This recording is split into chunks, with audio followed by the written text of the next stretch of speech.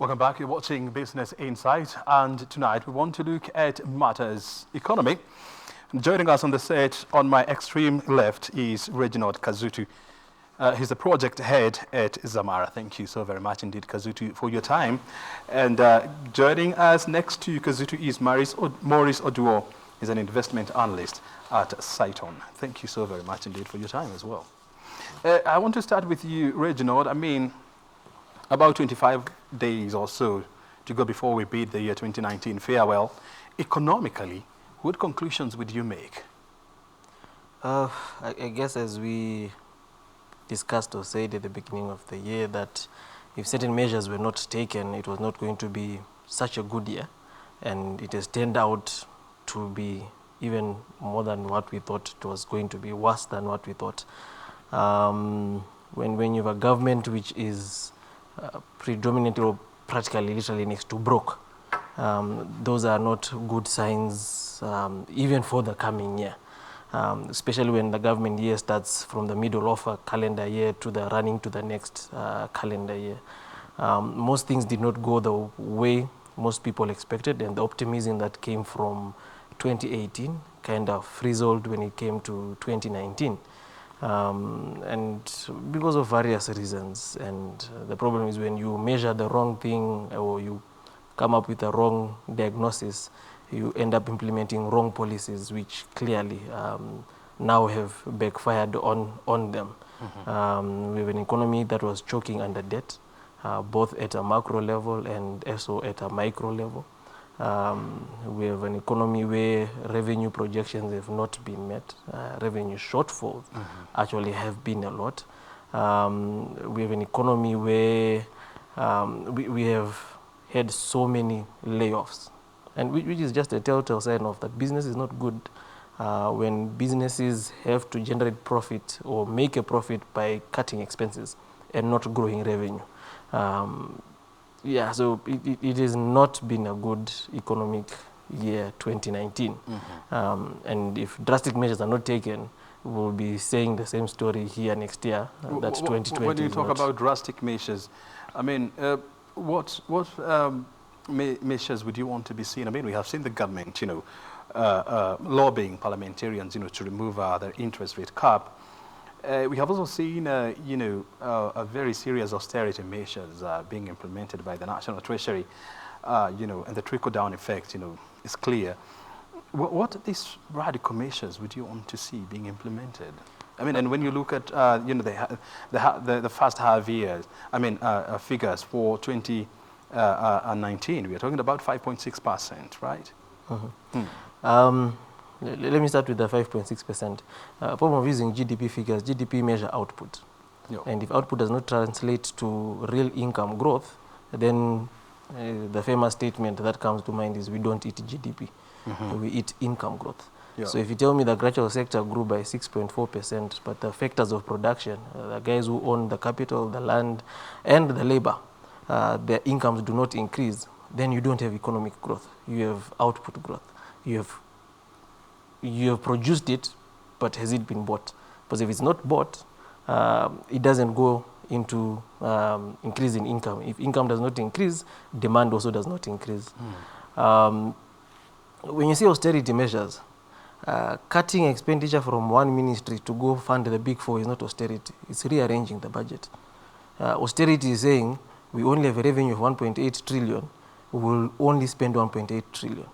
But you don't have austerity measures when you are spending more than even the initial budget through supplementary budgets in the name of you need to find money for the big four. So the government has said, no, this is austerity measures, but no, it was just a way of generating revenue to fund projects which they did not have money to fund. It was not tenable to go back and borrow because they are deeply in debt. Their favorite market, Eurobond market right now, is not tenable for them to go and borrow at 9-10% rates. Because if they go back there right now, they're actually going to be borrowing at those rates. So they had to rearrange the budget, try and find excess money and fund. Unfortunately, even the excess money is not even going to fund the big four. It's still going to pay normal day-to-day operations for the business. And you're trying to say that the cuts will go towards recurrent? Yes, it has gone to literally current. And if you look at it, the last 2-3 budgets. How do you support your argument? How do I support my argument? For example, the 61 billion, 161 billion, the first supplementary budget, and this one the president has signed. The memo clearly says to go to support government services. Then you have and development projects. Counties have not received 100% of their funds. That's not development. That's recurrent money that is going to the government. If you look at 2016, 2017, 2018 budgets, development absorption ends up at close to 30-40%. Recurrent absorption is above 100%, which translates, that means what we borrowed to go to development did not end up going to development, actually ended up going to recurrent. Hold your thoughts there. Yeah. You know, I'll be coming back to you, but I want to hear from Maurice. Do you agree with what Kadzutu is saying? I think if you look at the performance of the Kenyan economy in 2019, especially looking at the figures that you've already seen for first half of 2019, when you look at the figure, it tells you that the economy is doing very well.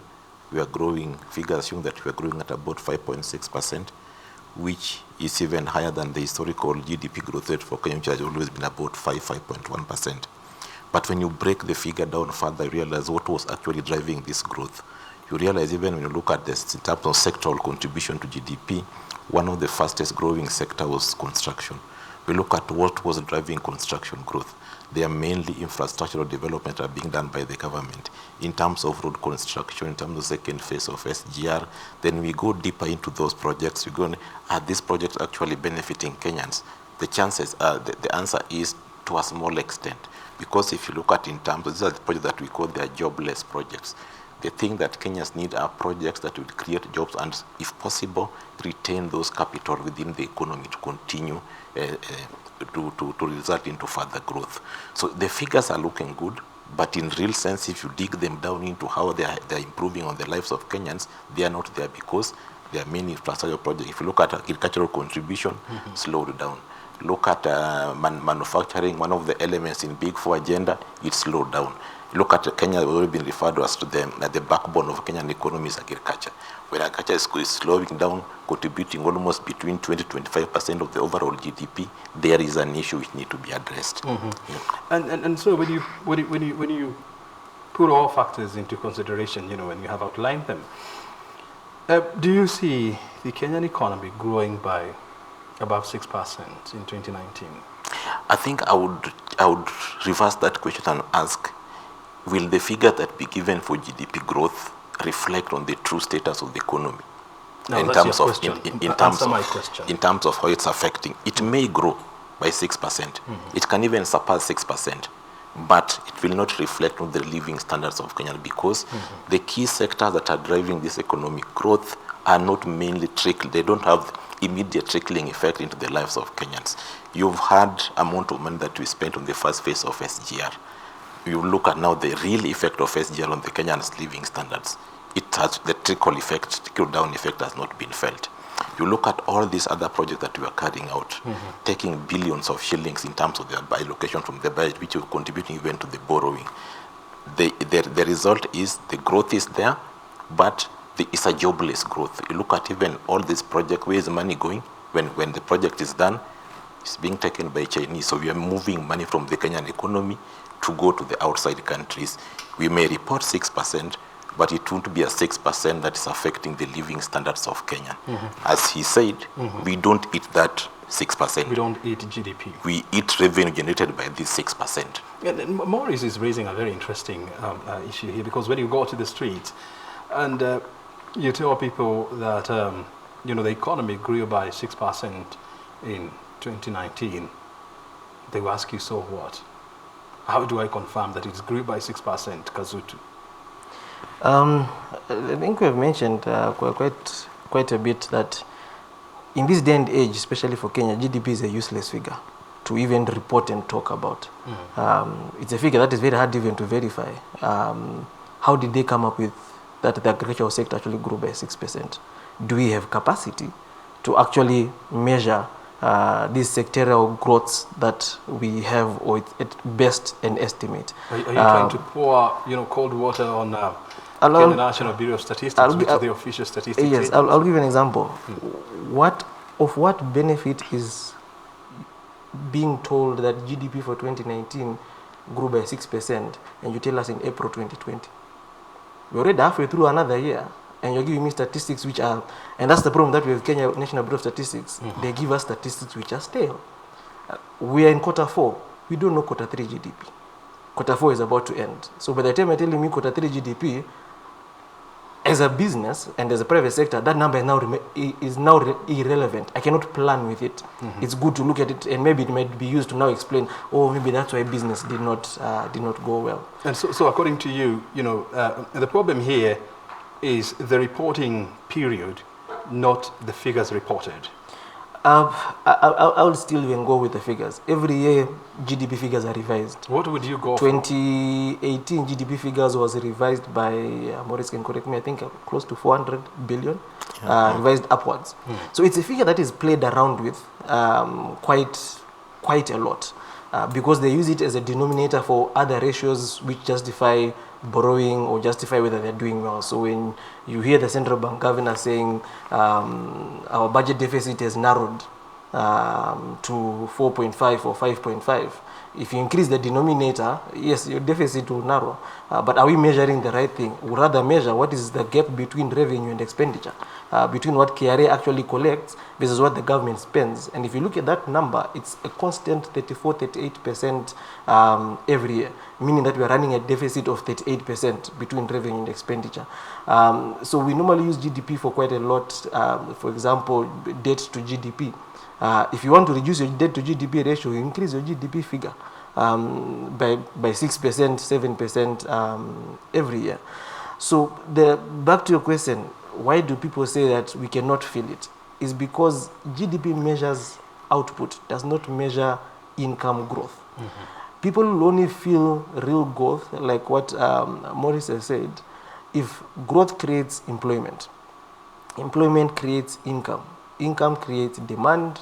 Demand creates more output from factories, which creates more jobs, and an economy starts growing and money in your pocket starts growing. So for example, if the agricultural sector actually grew by 6.3%, that means the income to the landowner grew. The income to the laborer also grew. So if the income to the laborer grew, they would most probably now demand something they could not afford, either more bread, or maybe blue band, because they could not afford blue band, but now income increased, I can now afford blue band. What will happen to the industry that produces blue band? There is more demand of blue band. I need to either increase my capacity in the factory, so they will look for money, grow capacity, and GDP grows like that. That is sustainable growth of GDP. But when you have 6%, which is driven by borrowed money to build a railway or to build a road, which you end up with a debt which is wealth transfer, because any foreign debt is not benefiting the country. You're paying out that money plus interest out. And the question is it generating enough revenue to pay for itself? Currently, SGR is not. And those are the structural deficiencies that we have with how the economy is structured. Kadzutu, I mean, is bringing an argument here that yes, the figures may not make or may make sense, to some quarters of the economy. Are we growing the economy in the wrong areas? You're talking about agriculture, which supports about 25% of the Kenyan economy. But when you look at its growth, you're talking about an average growth rate of about 5 to 6%. But when you look at transport, for example, it has been consistently growing at a rate of between 8 and 11%. Are we growing the wrong sectors of the economy? I think if you look at the performance of the Kenyan economy, and also in terms of allocation and how funds have been utilized, we are using a lot more, we are allocating resources to areas that will not immediately affect the living standards of Kenyans. Take, for example, how do we support 6%? Yes, there are layoffs all over. We are saying bank cuttings, employment, as in laying off people. Every day we are waking up to companies that are reducing the number of staff. So, and the economy is growing at 6%, so it doesn't add up. So the question is, which are the key sectors that drives the Kenyan economy? agriculture is there. The moment there's a reduction in the growth in agriculture, something is wrong. From agricultural produce, where do they go to? Manufacturing. When manufacturing is sick, something is wrong.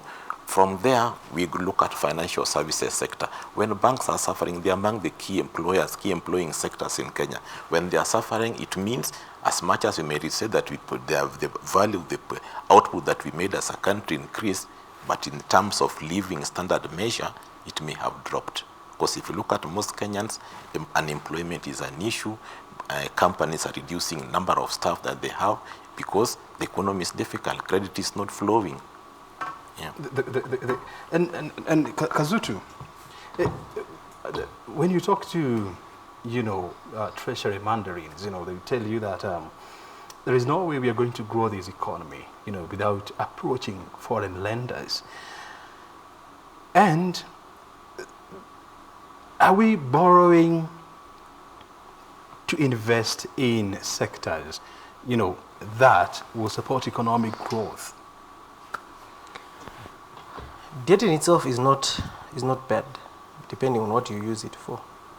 But Kenya's debt has become unproductive. And unproductive because of two key elements. Number one, we have a currency mismatch. You borrow in dollars to invest in projects that generate Kenya shillings. And you still have to repay this debt in dollars. So what are you going to do? You still end up borrowing in dollars to pay back the debt. Like the Eurobond for this year was just for repaying debt. We literally borrowed to retire a debt that we borrowed in dollars. Yeah. So that's problem number one, currency mismatch. Two, maturity mismatch. Maurice has mentioned some of the projects they're investing in are long-term projects, which you cannot fund using commercial type loans for 4 years, 5 years, 6 years. Currently, Kenya's average maturity on all our debt is 4 years for domestic debt. And you're thinking, what are you going to invest in that is going to give you a return in 4 years? So if you have borrowed in dollars, you think, okay, which sectors do we put this money in where we generate dollars? How does Kenya generate dollars? We generate dollars, number one, through tourism. Two, through exports. If we are not borrowing and putting money in the agricultural sector and in the manufacturing sector for value addition so that we get more from our exports. So you'll put the money in the agricultural sector to produce the quality of the produce and the quantity. Put the money in the manufacturing sector to value add on the produce. But the manufacturing sector is 94% agro-processing. We don't make radios, cars and whatever. We posho mills, sugar mills and making cooking oil. That's our manufacturing sector. And that's a reality that government needs to understand, that when we talk about manufacturing sector, we're talking about value addition of the agricultural sector. You put money there so that you fetch more from your exports. And you start generating more dollars from your exports, then your US dollar borrowing is now generating US dollar revenue. But if you borrow and go put it on a road or in SGR, which is supporting imports, but unfortunately, the SGR does not support exports. It's actually supporting imports. It just doesn't make economic sense. So we are in a danger where, one, we are borrowing to repay debt. We borrow from World Bank to support recurrent expenditure. That was plain out simple. It was not the debt that we got from World Bank was not for development. It was actually to support recurrent expenditure. And now when you're borrowing to eat, it even becomes literally worse because there's no income that is coming from there. Maurice is laughing. Yes. What's the problem? Argument, Maurice. Yeah. Are you laughing with Kadzutu or laughing at Kadzutu? I think he's raising a very important point in terms of the financing structure of government activities. Because if you look at borrowing in itself is not an issue. Floating Eurobond is not a problem. But the question remains, can you even track where the proceeds from Eurobonds were invested and are they generating return? Because if you look at Eurobond, how it's supposed to be done, you're supposed to ring fence these funds, put them in specific projects, tracks the economic rate of return from those projects, then see whether financing and return you are getting are making sense. I'm sure in Kenya right now, the first Eurobond, we can't trace where the money were where we even invested those money. Perhaps they were used for recurrent expenditure. Yeah, it's like you are borrowing to go and buy food. It does not make sense. Maurice, well, still on it. Let's look at something else. I mean, the much talked about demonetization. What happened to the billions that were supposed to be removed from the mattresses? I think if you look at the monetization process, first of all, it was a constitutional requirement supposed to change the currency. But now I think along the way, the issue now to clean and bring back money to the system also was included, so that at least we achieved that. But along the way, if you look at when it was announced and when it was actually the closure, Kenyans are very clever people. That period was too long. People could come up with other methods of even, as in bringing this money back to the system. But perhaps the objective, which was now as enshrined in the Constitution, it achieved, but now the second layer that was added possibly didn't achieve because the time frame was too accommodative for Kenya to do whatever they wanted to do. Yeah. And last month we saw, interest rate caps, being removed. Do you expect this to have any bearing on economic growth this year, Kadzutu? I don't think there will be a bearing on economic growth. I'm of the opinion that the interest rate cap was never a tool to make credit flow to the private sector, but was a tool to create excess liquidity in the banking sector for the government to borrow cheap. The person who benefited the most from the interest rate cap was the government. They borrowed at 6%, 7%. T-bill rate went down to 6% because of excess liquidity in the banking sector. So with hindsight, it was never a tool to increase credit to the private sector. It was a tool to government to actually borrow cheaper during that period. Removing the interest rate cap is a double-edged sword. Who is the largest consumer of debt in the country? It's the government.